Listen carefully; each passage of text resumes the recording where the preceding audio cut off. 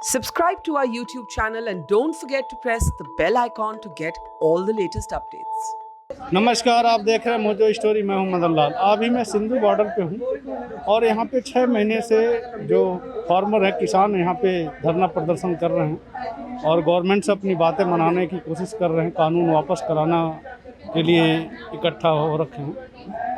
यहाँ पे कुछ युवा प्रोटेस्टर हैं, इनसे मैं बात करने का कोशिश करूँगा कि और समझने का कोशिश करूँगा कि आखिर ये कितना दिन यहाँ पे रहेंगे और इनको 6 महीने में क्या क्या नुकसान हुआ, इसके बारे में भी मैं डिटेल में बात करूँगा। क्या नाम है सर आपका? अमृतपाल सिंह। कितने दिन हो गए आंदोलन? पूरे 6 महीने यहाँ पे आंदोलन को दिल्ली में चलते हुए हो गए और इससे पहले 6 महीने के करीब पंजाब में आंदोलन चला था। तो आप बताइए, आपने क्या गवाया है और क्या पाया है? जैसे आपने पूछा क्या गवाया है, सबसे बड़ा जो घाटा है जो कभी पूरा नहीं हो सकता, वो हमारे जो शहीदियाँ हुई हैं 450 के करीब किसानों की, वो सबसे बड़ा लॉस तो हमारा वो है जो कभी ना तो कोई सरकार पूरा कर सकती है, उसे कोई नहीं पूरा कर सकता।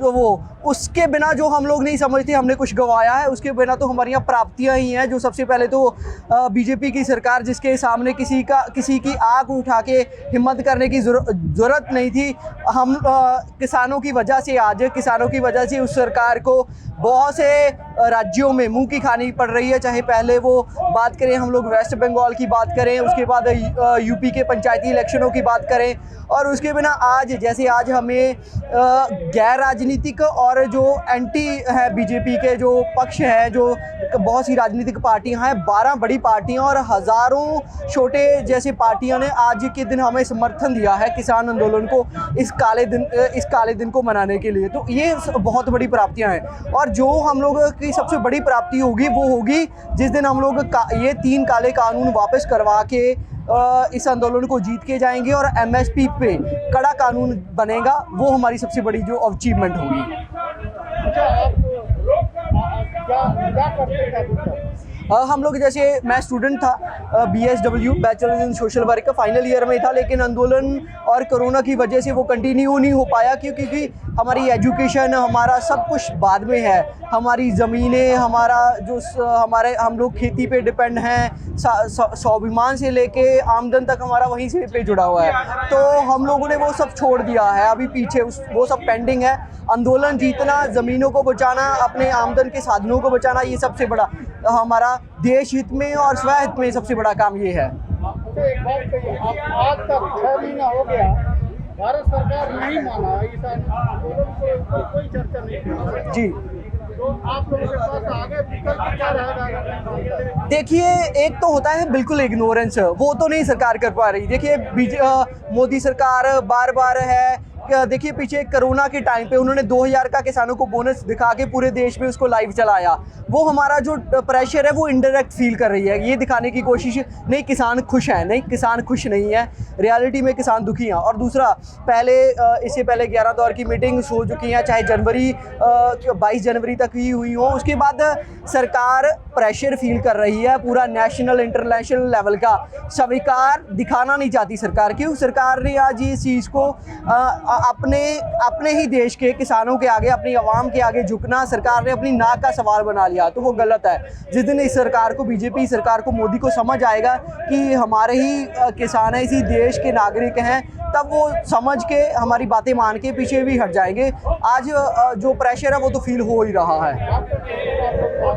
आपका नाम क्या है? मेरा नाम जितेंद्र है जी। आप कहाँ से हैं? मोहाली जिले से। आप मोहाली जिले से। अच्छा, आप बताइए, आप ऐसा नहीं लगता कि आप एजुकेशन में पिछड़े जा रहे हैं? एजुटेशन में पिछड़े जा रहे एजुकेशन हैं। एजुकेशन मेरी कंप्लीट हो चुकी थी। I was working as IT professional. So job छोड़ दिया, कोई बात नहीं, जॉब तो दोबारा मिल जाएगी, लेकिन ये ज़मीरों की लड़ाई है। अगर आज हम यहाँ पे ना खड़े, ना लड़े, तो आगे वाली पीढ़ियाँ हमारी हमें लानते डालेंगी, आप लोगों ने किया क्या है हमारे लिए, इसलिए हम यहाँ पे हैं। आप युवा वर्ग को आप क्या बोलना चाहेंगे? युवा, हाँ जी, नौजवान तो वैसे हमारा तो पंजाब का तो नौजवान जाग चुका है। आज हमें ज़रूरत है कि एकजुट होके, इकट्ठे होके लड़ने की, क्योंकि आज अगर युवा ने इस देश की कमान संभाल ली, युवा ने अगर आगे आके क्वेश्चन करना सीख लिया, क्योंकि ये जो चाहते हैं ना, ये लोग चाहते हैं कि बिल्कुल युवा आगे ना आए, और जो आए वो नशों में धुत हो और जो आए इनके पीछे हो। सबसे पहले तो मैं युवाओं को ये निवेदन करूँगा कि एजुकेट योरसेल्फ, एजुकेट होंगे, अगले वाली पीढ़ियाँ भी अपनी पढ़ाई है। अगर आप एजुकेट हैं तो क्वेश्चन करने के काबिल हैं, आपको पता होगा कि क्या आपके लिए अच्छा है, क्या आपके लिए बुरा है। सो हमने भी यही किया। जब आपका युवा इकट्ठा होकर खड़ा हो गया, इसी की तकलीफ है सरकार को, कोई युवा कैसे आ गया, क्योंकि पहले आंदोलनों में आप देखा होगा कि बिल्कुल बुजुर्ग होते थे, अब युवा भी यहाँ पे हैं। आप जिधर भी कैमरा अपना घुमाओगे आपको युवा ही दिखेंगे। सो युवा का एक बहुत बड़ा इसमें योगदान है आंदोलन में। So we are feeling proud for that. अच्छा, एक बात कहिए, अभी ये प्रोटेस्ट जारी रहेगा तो आप लोग कितना दिन तक प्रोटेस्ट करते रहेंगे अगर गवर्नमेंट नहीं मानती है? हाँ, it depends upon totally on Modi. क्या नाम है मैम आपका? ज़ेबा खान, झारखंड जमशेदपुर से। मैं यहाँ पर शुरू आंदोलन से जुड़ी हूँ यहाँ पर।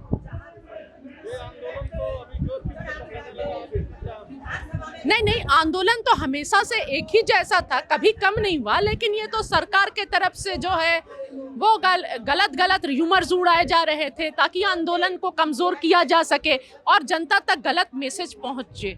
तो ये सरकार, आंदोलन तो हमेशा अच्छा चला है, शुरू से ही ऐसे ही रहा है जी।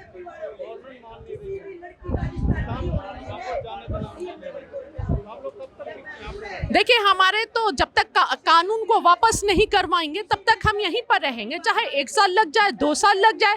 अभी 6 महीने हो गए हैं, चाहे जितने दिन भी हो जाए, हम काला कानून को वापस करवा के ही जाएंगे।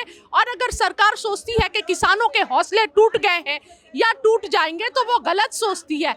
जितना दिन सरकार करेगी हमारे हौसले उतने ही मजबूत होते जाएंगे। कोई कमी नहीं है हमारे हौसले और हिम्मत में। हम तीनों काला कानून को वापस करवा के ही जाएंगे। मैं झारखंड में स्कूल चलाती हूँ, मेरा प्ले स्कूल है किड्जी। आंदोलन के लिए नहीं, स्कूल बंद तो नहीं हुआ है, स्कूल को कुछ टीचर्स देखती हैं, पर यहाँ पर ज़रूरी है कि आवाज़ उठाई जाए। देखिए, कहते हैं ना, शरीर का मरना मौत नहीं होता है, ज़मीर का मरना मौत होता है। तो मैं ये कहना चाहूँगी कि जिनका भी ज़मीर जिंदा है वो इस किसानों का साथ देंगे, इस तीनों काला कानून के खिलाफ आवाज़ उठाएंगे, और जिनका ज़मीर मर चुका है वो नहीं उठाएंगे। आज देखिए, ऐसा हो गया है कि लोग लाशें उठाने के लिए तैयार हैं पर सरकार के खिलाफ आवाज़ उठाने से डरते हैं। तो अब डरने से काम नहीं चलेगा, लड़ने से काम चलेगा, आवाज़ उठाने से काम चलेगा। देखिए, हमें अच्छे दिनों का सपना दिखाकर सरकार सत्ते में आई थी। क्या यही अच्छे दिनों का सपना था कि गंगा में लाशें बहेंगी और लाशों की गिनती भी नहीं हो पाएगी? लोग बिना दवा, बिना हॉस्पिटल, बिना ऑक्सीजन के मर रहे हैं, और उन्हें मतलब मरने के बाद उनका सम्मानजनक अंतिम संस्कार भी नहीं हो रहा है। तो इससे खराब स्थिति और क्या हो सकती है? इससे बुरा और क्या हो सकता है? कुछ भी नहीं हो सकता है। तो अब भी समय है, देशवासियों से अनुरोध है कि आइए और अपने किसानों का साथ दीजिए।